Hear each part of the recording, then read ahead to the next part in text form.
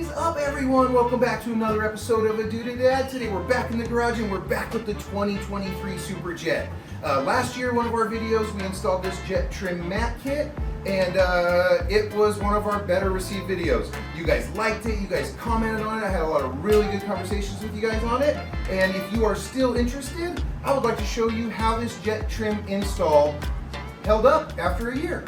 So there's some things I don't like, there's some things I like, and there's one of the things I don't like I think I can fix today. So let's go over that and see what we can come up with. Let's take a closer look.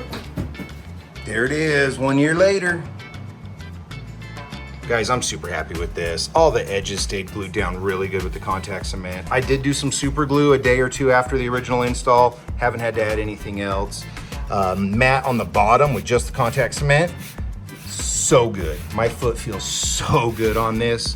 No bubbles, no slippage. Water's not getting under it, super good.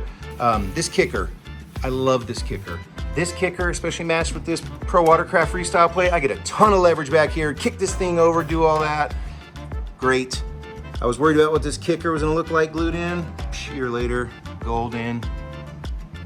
This, I think they call it a lifter.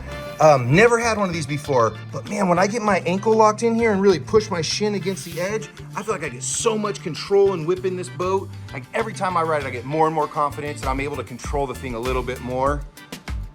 Here's one of the things I'm unhappy about. I think I got sloppy with my contact cement and I have this yellow showing in a few spots. I tried scratching it off with plastic spatulas. I tried some real mild solvent stuff. Can't get it. If any of you guys know how to do it, please let me know. But there it is, jet trim mat kit, contact cement with a little bit of super glue install 1 year later. Still good. Thanks for watching, guys. See you next time. My gosh.